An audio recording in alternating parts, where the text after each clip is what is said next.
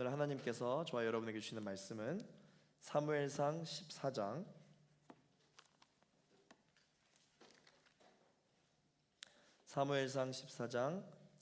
36절부터 42절까지입니다.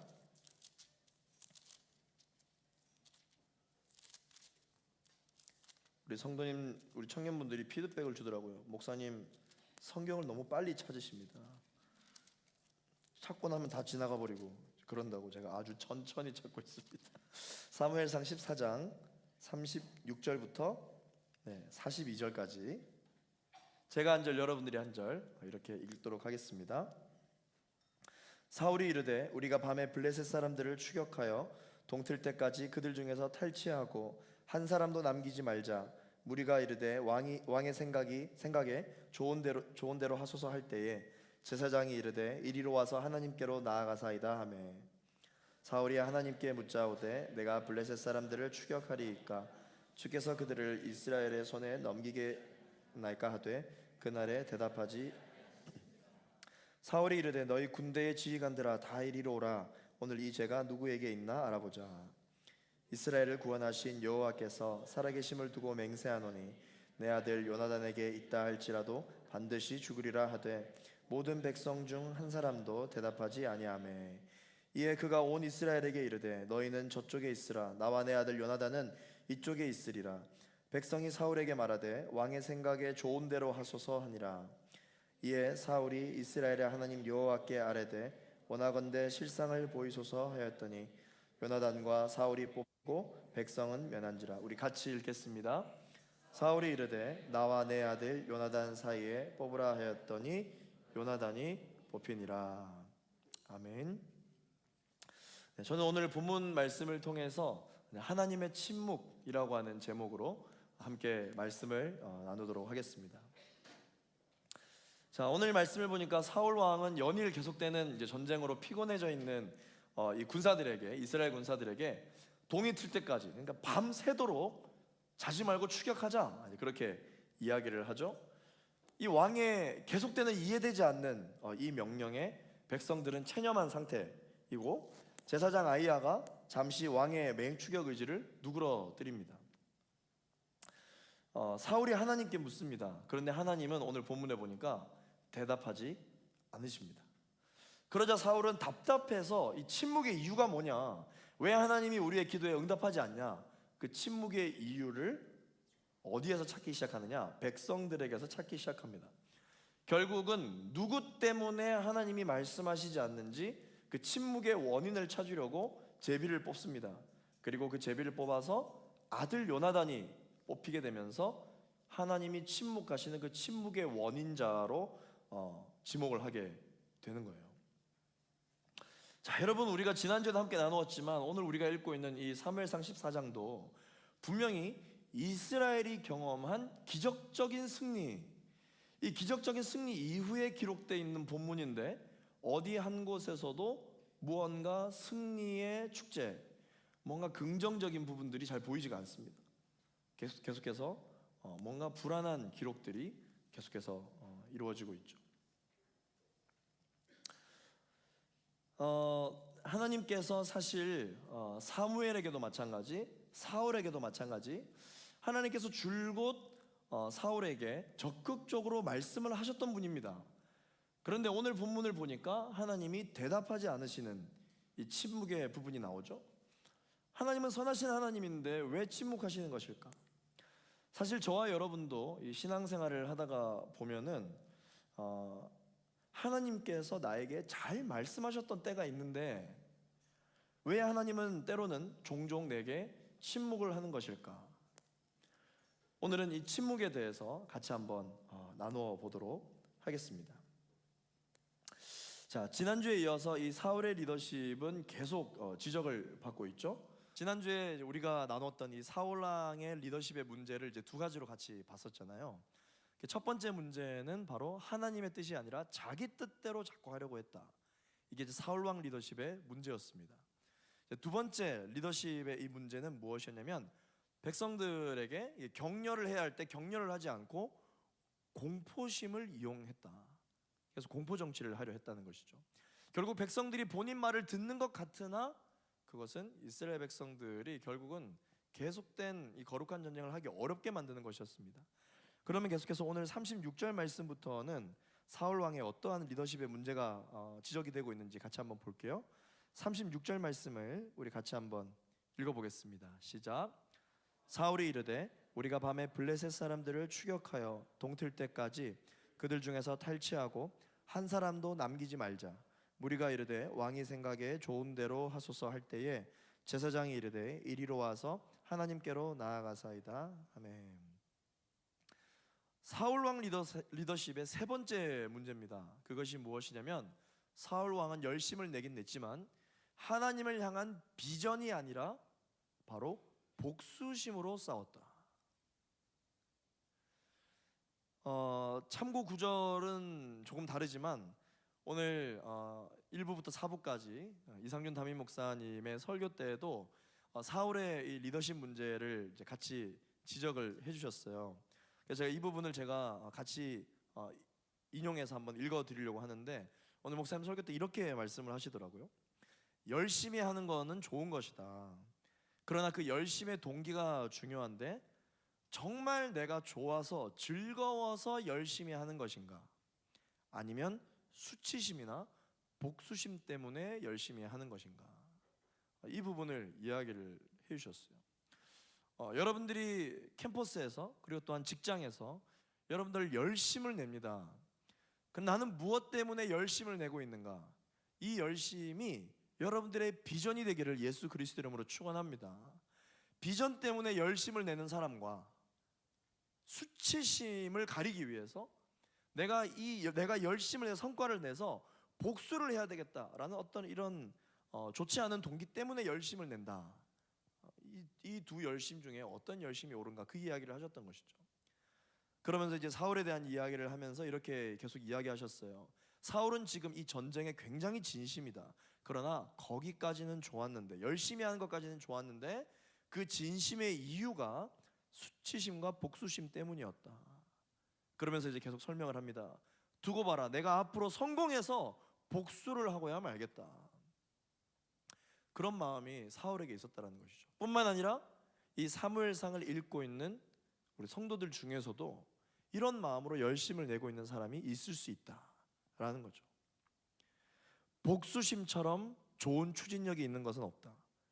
그러나 이 복수심은 결국은 자기도 망가뜨리고 복수를 받는 상대도 망가뜨리게 돼 있다.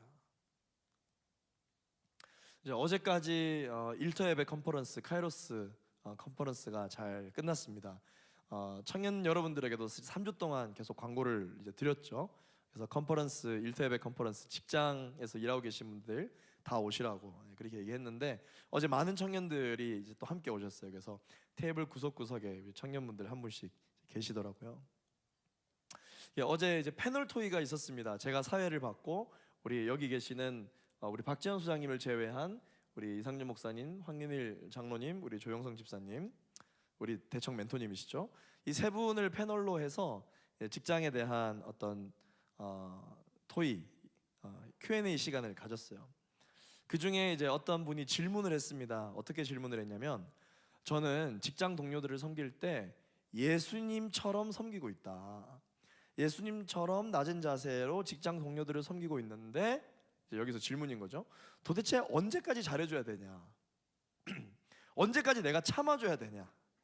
나를 무시하고 공격적으로 대하는 사람들에게 내가 어떻게 해야 되냐? 그런 질문이 있었습니다. 이 질문에 대해서 두 대표님이 똑같은 이야기를 했어요. 뭐라고 이야기했냐면 참는 게 이기는 겁니다. 그렇게 이야기를 했습니다. 지금 화를 내고 공격을 하고 있는 그 순간에 뭔가 승부를 내려고 하지 말고 조금 더 거시적인 관점에서 조금 더 넓은 측면에서 참고 양측의 서로의 마음이 누그러졌을 때 기회가 되면 언급하고 이야기를 하면서 지혜롭게 문제를 해결해 나가는 것이 좋지, 그 순간 뭔가 응대를 하려고 한다면 서로 건강한 방법으로 응대가 되지 않는다. 그래서 결국은 참는 것이 이기는 것이다. 나를 공격적으로 대할 때 바로 대응해서는 안 된다. 이렇게 똑같이 이야기를 하시더라고요. 이상준 목사님은 또 이렇게 이야기를 하셨어요.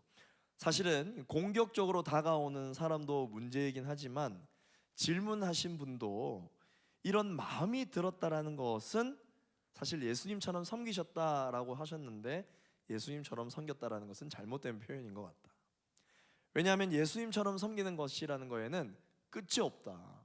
예수님의 섬김에는 제한이 없다. 감정을 내세우시지 않는 철저하게 죽기까지 낮은 자세로 임하는 게 예수님처럼 섬기는 건데, 예수님처럼 섬긴다고 표현을 하시긴 했지만 사실은 그런 마음이 들었다는 것은 예수님처럼 섬기고 있는 것은 아니다. 그렇기 때문에 분노가 올라오는 것이다 라고 이야기를 또 해주시기도 했습니다. 그렇죠. 우리가 열심을 내지만 이 열심에 대한 동기가 어떻느냐에 따라서 결과는 다른 거거든요. 이 사울이 아무리 전쟁에 진심이고 열심을 내고 있지만 본인이 가지고 있는 수치심과 복수심 때문에 이 전쟁에 열심을 내고 있다면 일시적인 승리, 잠깐의 승리를 이룰 수 있을지는 모르겠지만 결국은 온전한 승리를 이루지 못한다. 그거는 우리가 지금 사무엘상 14장쯤에 접어들면서 너무 잘 알고 있죠. 어느 누구도 경험해보지 못했던 기적적인 승리를 이스라엘 백성들과 사울 왕이 경험을 했는데 사무엘상 14장을 색깔로 표현하면 어둡습니다. 기적적인 승리를 체험했음에도 불구하고 평안함이 없다. 치열한 전쟁을 치루었는지는 모르겠지만 온몸에 성한 곳이 없습니다. 너덜너덜합니다. 한 발자국도 못 걸어가고 그 자리에서 주저앉게 되는, 결국은 목숨의 위협까지 오게 되는 그런 치열한 전투에서의 승리. 지배를 못 돌아가요. 너무 많이 다쳐서. 과연 이걸 온전한 승리라고 할 수 있는 것이냐? 분명히 내가 있는 곳에서 원하는 성과를 이루었고 내가 열심히 공부해서 원하는 학점까지 다 득점을 했는데 다시 뒤를 돌아보니까 관계 다 끊겨 있고 사람들도 다 나 떠나 있습니다. 과연 온전한 승리라고 할 수 있느냐? 사랑하는 청년 여러분, 온전한 승리는요 빨리 승리하는 게 아닙니다. 세상은 모든 것이 빠른 것이 절대적인 긍정적인 신호, 가치 이렇게 생각하는데요, 그렇지 않습니다. 조금 더딘 듯 해도 온전한 승리는요 반드시 사랑으로만 가능한 것입니다. 오직 사랑으로 인한 승리가 완전한 승리인 줄로 믿습니다. 요한복음 16장 33절 말씀 같이 한번 읽어보겠습니다. 시작. 이것을 너희에게 이르는 것은 너희로 내 안에서 평안을 누리게 하려 함이라. 세상에서는 너희가 환난을 당하나 담대하라, 내가 세상을 이겼노라. 할렐루야. 아멘. 십자가에서 누리게 되는 승리가 온전한 승리인 줄로 믿습니다. 여러분들은 어떤 승리를 누리고 싶습니까? 지금 당장 잠시 잠깐의 승리를 누리기 위해서 여러분들 이 시간과 관계와 모든 상황들을 이용하려 하지 마시고 하나님을 붙잡는 여러분 되시기를 예수 그리스도 이름으로 축원합니다. 말씀을 본문을 보니까 사울이 지금 자지 말고 금식하고 밤새도록 블레셋을 추격하자 이렇게 이야기를 합니다. 그랬더니 백성들이 뭐라고 이야기하냐면 왕이 좋을 대로 하십시오 그렇게 이야기합니다. 이거는 백성들이 왕에 대한 엄청난 충성심이 있어서 왕의 결정에 따르겠습니다 이렇게 이야기하는 게 아니에요. 백성들이 사울 왕의 잘못된 리더십과 오더에 대해서 체념하고 있는 상태인 거예요. 좋을 대로 하십시오. 여기서 금식하다 죽으나, 여기서 밤새 꼴딱 그냥 전쟁하다 죽으나, 블레셋 손에 죽으나 뭐 다 똑같아요. 왕 마음대로 하십시오 그렇게 이야기하는 거죠. 근데 그때 갑자기 모든 이 대화를 중간 차단하고 끼어드는 사람이 있습니다. 제사장 아히야입니다. 제사장 아히야가 드디어 처음으로 제사장다운 말을 합니다. 뭐라고 하냐면 왕이시여, 그러지 마시고 이리로 와서 하나님께 물어봅시다. 그렇게 이야기를 합니다. 그래서 사울이 하나님께 물어요. 어떻게 묻습니까? 37절 말씀을 같이 한번 읽어보겠습니다. 37절 같이 읽습니다. 시작. 사울이 하나님께 묻자오되 내가 블레셋 사람들을 추격하리이까 주께서 그들을 이스라엘의 손에 넘기시겠나이까 하되 그날에 대답하지 아니하시는지라. 사울이 이제 하나님께 묻습니다. 하나님, 추격할까요? 아니면 그냥 블레셋을 우리 이스라엘 손에 넘기시겠습니까? 이렇게 두 가지 선택지를 가지고 하나님께 물어봅니다. 그런데 오늘 말씀을 보니까 하나님이 어떻게 하셨다고요? 대답하지 않으셨다. 자, 하나님이 침묵하십니다. 여러분, 우리도 신앙생활을 하다가 보면은 하나님이 응답하시지 않을 때가 있잖아요. 난 분명히 하나님께 부르짖었는데, 분명히 난 하나님께 기도를 했는데 아무런 응답이 없어요. 하나님 아무런 대답을 안 하셔요. 그럴 때 있죠. 나중에 그렇게 되다가 보면은 나중에 어떤 의심까지 들게 되냐면, 하나님이 지금 내 기도를 듣고 계신지도 모르겠다. 이 의심과 오해가 점점점 더 쌓이기 시작하면은 하나님이 날 사랑하시지 않는다. 또 더 나아가면 하나님이 계신지도 모르겠다 라는 오해까지 생기게 되는 것이죠. 왜 내 기도에는 묵묵부답인가? 왜 내 기도에는 응답하지 않으시냐? 답답해 하시는 우리 청년분들 계실 수도 있을 것 같아요. 지금 사울이 경험하고 있는 이 하나님의 침묵에 대한 이야기가 마치 나의 이야기인 것처럼 여러분, 침묵을 경험하고 계시는 분들도 계실 겁니다. 자, 이제 여러분, 지금 이제 제가 여러분들과 같이 한번 해보고 싶은 게 있습니다. 자, 지금부터 다 같이 제가 허용할 테니까 짜증을 한번 내보겠습니다. 지금부터 막 고래고래 소리 지르면서 한번 여러분 그동안 가지고 있었던 그 울분을 다 그냥 터뜨려보자. 짜증을 한번 내보겠습니다. 제가 화내는 것을 허락할 테니까, 육두문자 허락할 테니까 여러분 지금부터 분노해 보겠습니다. 자, 시작.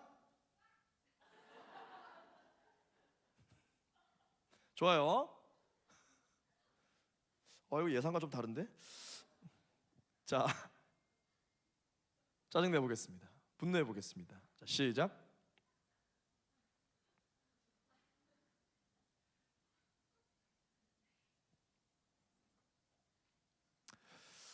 네, 계속 해보세요. 어떤 분들은 이때다 싶어가지고 하시는 분도 있었지만, 어떤 분들은 안 하세요. 제가 하라 그랬잖아요. 근데 안 하세요. 왜 안 하세요? 이제 하신 분들도 계시잖아요. 근데 안 하신 분들은 이유가 있겠죠. 그러면은 저한테 안 한다고 말을 하던가. 그러면 왜 아무 말도 안 하시냐는 것이죠.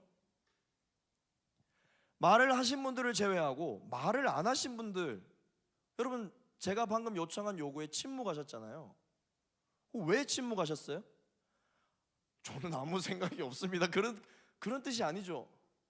여러분들은 침묵하셨지만 그 침묵에 사실 메시지가 있는 거예요. 어떤 메시지입니까?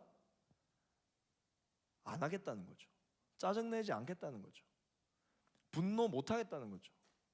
여러분들은 아무 말도 하지 않았어요. 그저 저를 보기만 했습니다. 그저 웃기만 했습니다. 그런데 여러분들이 어떤 말을 하려고 하는지는 저는 이미 메시지가 전달이 됐어요. 안 하겠다, 못 하겠다라는 거죠. 침묵은 아무 현상도 일어나지 않는 것이 아니라 사실은 노라는 의미가 함께 담겨져 있는 것이죠. 자, 여러분, 사울이 하나님께 기도했는데 하나님이 대답하지 않으셨습니다.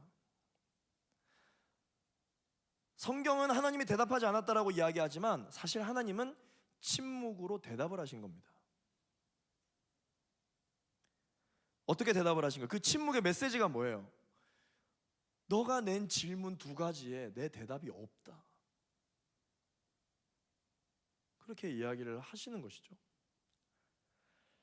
그런데도 이 사울은 지금 끝까지 하나님과 사울 본인 자신의 이 대화의 맥락을 읽지 못하고 이렇게 말합니다. 38절 말씀 같이 한번 읽어보겠습니다. 38절 시작.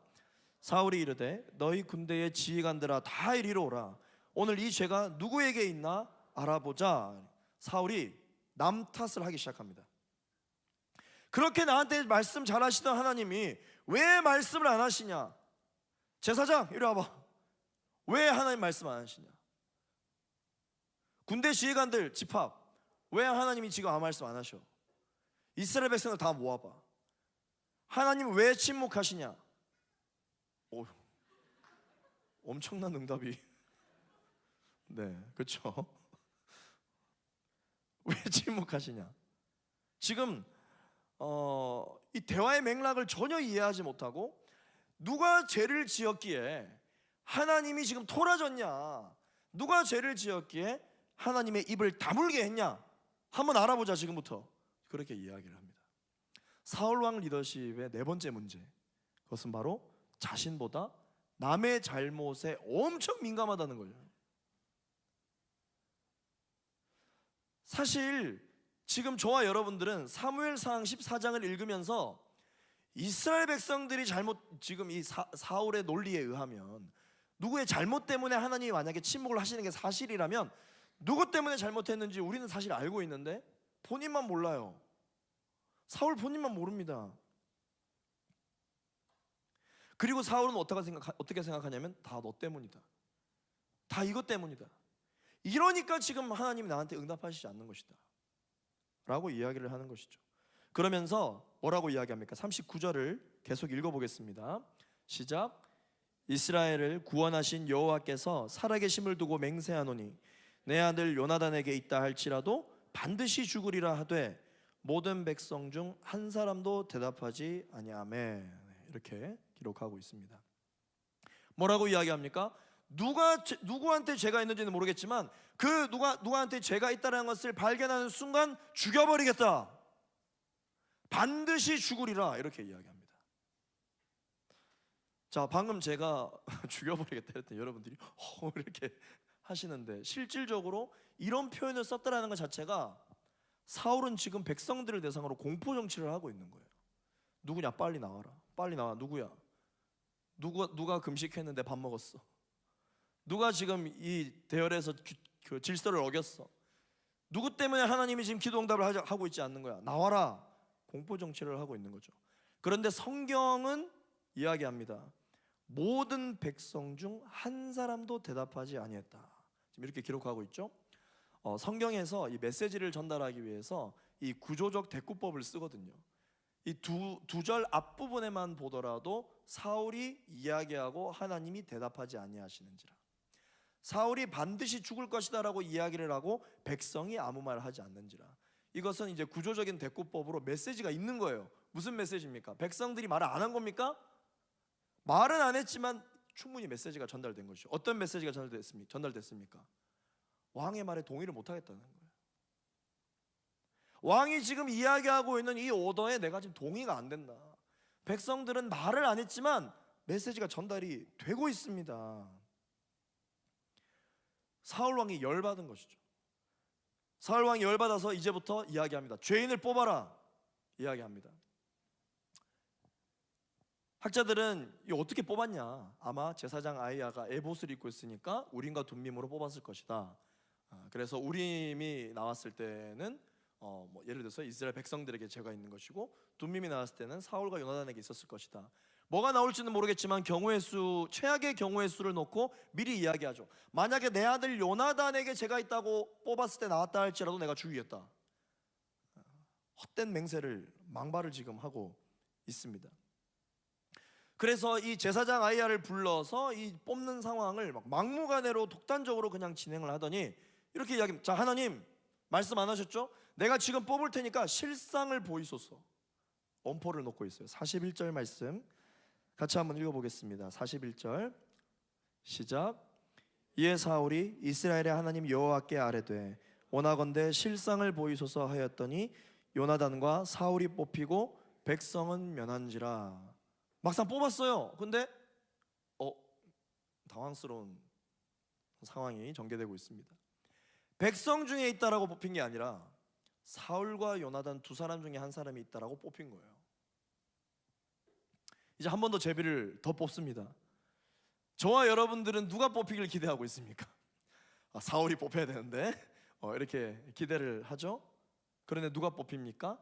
우리 42절 말씀 우리 마지막으로 읽겠습니다. 42절 시작. 사울이 이르되 나와 내 아들 요나단 사이에 뽑으라 하였더니 요나단이 뽑히니라.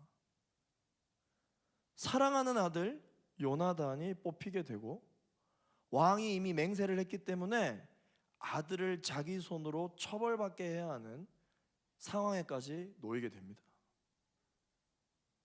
사랑하는 청년 여러분, 우리는 성경을 읽다가 보면은 한숨이 나옵니다. 아니, 하나님 뭐 하고 계신 거예요 도대체? 뽑혀야 될 사울이 안 뽑히고 요나단이 뽑혔어요. 하나님은 왜 요나단이 뽑히게 하셨느냐? 그런데 여러분 꼭 기억하십시오. 하나님은 요나단을 죽이려는 게 아닙니다. 하나님은 자기 손으로 아들을 죽여야 하는 상황에 놓였을 때라도 사울이 회개하기를 원하고 있는 거예요. 이런 상황이 오기까지 계속 가겠느냐?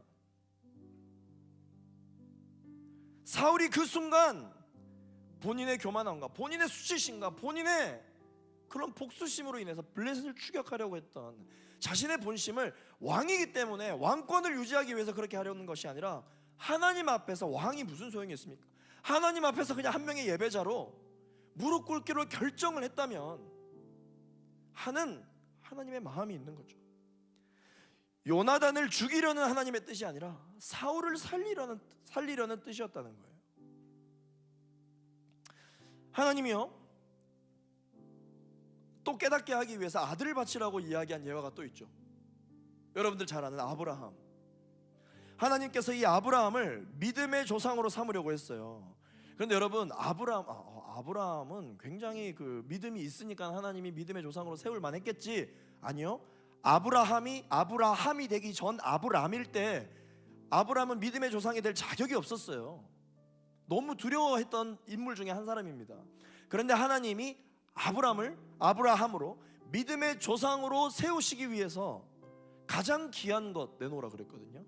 아들 이삭을 내놓으라 그랬어요.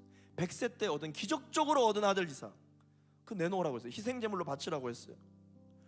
우리는 그 본문을 읽을 때도 하나님이 어떻게 그럴 수 있냐, 너무 심한 거 아니냐, 하나님이 뭐 아들이 없어, 하나님 뭐가 부족해서 100세 때 아들 줄 땐 언제고 다시 뺏는 건 뭐냐, 그렇게 생각할 수 있죠. 그래서 죽이셨어요? 살리셨죠. 하나님은 살리셨습니다. 그리고 하나님은 살아계십니다. 지금도 우리와 함께 하십니다. 죽이지 않으셨어요. 아들도 살리고 아브라함도 믿음의 조상으로 우뚝 세우시고 여호와 이레 하나님을 소개해 주십니다. 우리가 신앙생활하면 살지만 사실 불편한 진실이 있잖아요. 힘들다, 너무 힘들다. 그래서 우리가 이야기할 때 사실 순모임이 일주일 동안 받았던 스트레스를 한탄하는 시간은 아니지만 기도 제목이 뭐예요? 그러면 제가 사실 요즘 너무 힘들거든요. 힘든 얘기가 많이 나오잖아요. 그래서 우리 입에 그런 얘기를 많이 합니다. 죽을 것 같다, 너무 힘들어서 죽을 것 같다, 고민돼서 죽을 것 같다, 당황스러워 죽을 것 같다, 미칠 것 같다, 죽을 것 같다 이야기하잖아요. 어떻게 하나님이 그러실 수가 있습니까? 왜 하나님은 자꾸 나를 죽을 것 같은 상황으로 내모시냐는 거죠. 하나님이 선하시다면 왜 자꾸 나를 죽이려고 하시냐, 왜 이 지경까지 오게 하시냐, 하나님이 어떻게 나한테 그럴 수 있냐, 너무 심한 거 아니냐, 하나님은 다 가지고 계시다면서 뭐가 더 필요해서 나한테 또 달라고 하시냐, 진짜 너무 힘들다. 사실 그렇게 우리도 이야기하죠. 죽을 것 같다 말을 할 수 있는 것은 안 죽었기 때문에 말할 수 있는 거예요. 그래서 하나님이 여러분을 죽이셨나요? 아니죠. 죽을 것 같다고 부르짖었던 지난 날들을 생각해 보면 지금 나는 이 문제가 해결되지 않으면 죽을 것 같아서 기도했고 부르짖었던 그 기도의 제목으로 지금 내 입술은 지금 기도 안 하고 있어요. 그걸로 또 다른 죽을 것 같은 기도 제목으로 또 기도하고 있어요. 그러면 생각해 봅시다. 언제 이게 해결된 거지? 언제 이게 내 삶의 문제가 아니게 된 거지?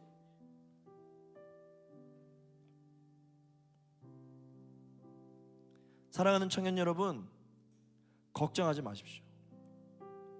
하나님이 또 살리실 것입니다. 또 살리실 것입니다. 지금 여러분들의 인생 가운데 이 기도 제목이 해결되지 않으면 나는 죽을 것 같다 싶어도 여러분들이 인지를 하든 깨닫든 아니든 그거랑 상관없이 시간이 지나면 다른 죽을 것 같은 문제로 또 고민하고 있을 거예요.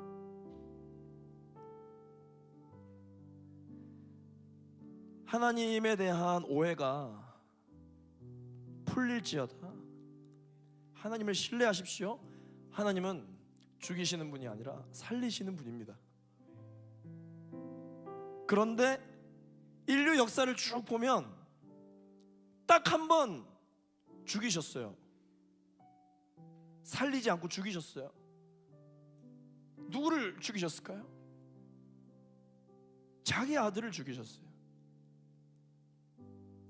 예수 그리스도. 그분이 죽을 것 같다고 십자가에 매달려 있을 때 하나님이 살리지 않고 자기 아들은 죽이셨단 말이에요. 우리가 가장 귀한 것은 죽이지 않으시면서 하나님이 가지고 계셨던 가장 귀한 것을 왜 죽이시느냐? 저와 여러분을 살리려고 그러신 거예요. 이런 신이 어디 있습니까? 세상에 얼마나 많은 신이 있습니까? 그런데 그 어떤 신도 다 여러분들 갖고 있는 거 달라고만 하지 본인이 가지고 있는 가장 귀한 걸 주는 신이 없어요. 어디 있습니까 그런 신이? 다 갖다 바치라고만 하지 다 내어주는 신이 어디 있냐고요. 하나님은 사랑이시라. 하나님은 살리시는 분입니다. 여러분들의 모든 예배를 통해 사랑의 하나님, 살리시는 하나님의 회복되기를 예수 그리스도 이름으로 축원합니다. 하나님이 때로는 우리의 부르짖음에 침묵하시죠. 우리는 사실 사울과 같은 모습이 있습니다. 하나님의 침묵에 대해서 원망스러운 마음이 가득합니다. 그런데 여러분, 사실 먼저 침묵한 사람은 사울이에요. 하나님이 먼저 침묵하지 않았어요. 사울이 제사장 아히야에게 제사를 드리라라고 해놓고 본인이 생각했을 때 가능할 것 같으니까, 그냥 가도 블레셋 이길 것 같으니까 제사장 아히야에게 그만 물어봐라 그랬어요. 사울이 하나님의 음성을 지금 필요 없다, 듣지 않겠다, 그렇게 하고 내려가서 지금 여기까지 왔어요.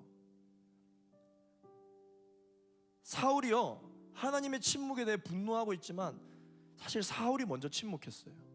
하나님에 대해서. 사실 하나님이 저와 여러분에게도 수도 없이 사인을 주시죠.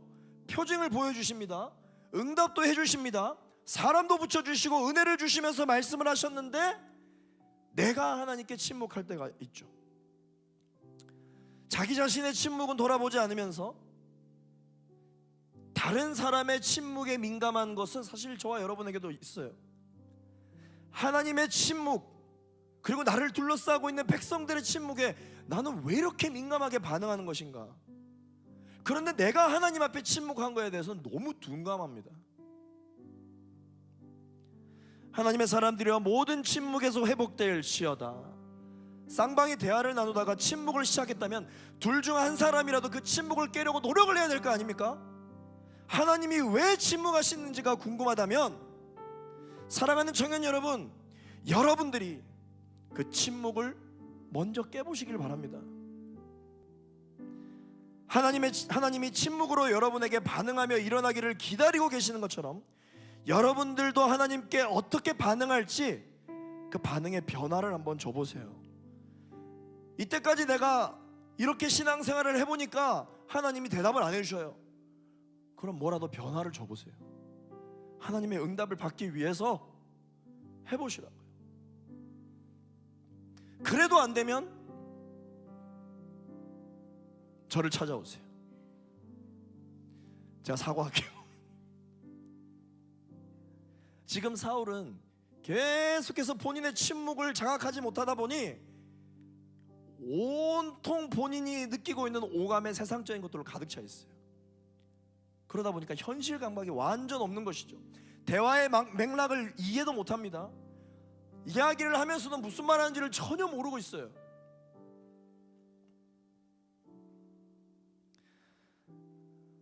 그렇게 여러분들의 인생에 하나님의 침묵, 여러분들의 침묵, 여러분들을 향한 백성의 침묵을 깨는 변화가 새롭게 시작되기를 예수 그리스도 이름으로 축원합니다. 같이 한번 우리 기도하겠습니다. 기도하실 때 하나님 아버지, 왜 하나님은 사랑하신다고 말씀하시면서 침묵을 하는 것인가? 그런데 여러분, 사랑하시기 때문에 침묵하시는 거예요. 여러분 스스로 이 침묵을 깨는 변화를 결단하기를 기다리시는 것입니다. 침묵이 아무런 대답이 아닌 것 같지만 때로는 침묵은 정확한 대답이에요. 우리도 하나님께 기도 제목이랍시고 내릴 때 하나님이 여러분들에게 이렇게 말씀하시면 어떻게 할 거예요? 네가 물어보는 그 기도의 제목에 내가 없다. 네가 물어보는 그 기도의 제목에 내 계획과 내 섭리가 없다. 사랑하는 청년 여러분, 하나님과의 모든 관계가 회복되기를 예수 그리스도 이름으로 축원합니다. 하나님은 우리를 죽이시려는 분이 아니라 하나님은 우리를 살리시려는 분이신 줄로 믿습니다. 하나님, 예배를 통해서 주시는 말씀을 통해서 살아나게 하여 주시옵소서. 내가 하나님과의 관계를 통해 살아나게 하여 주시옵소서. 내가 받는 모든 땅이 살아나게 하여 주시고 우리의 가정이 살아나게 하여 주시고 우리의 캠퍼스와 일터가 살아나게 하여 주시옵소서. 살아나는 은혜가 있을지어다. 살아있는 예배를 드릴지어다. 이 시간 함께 합심하여 기도하며 나아갈 때 나를 살리실 아버지 하나님의 그 은혜를 이 시간 찬양하며 하나님 나를 살려 주시옵소서. 주여 한번 부르짖고 기도하겠습니다. 주여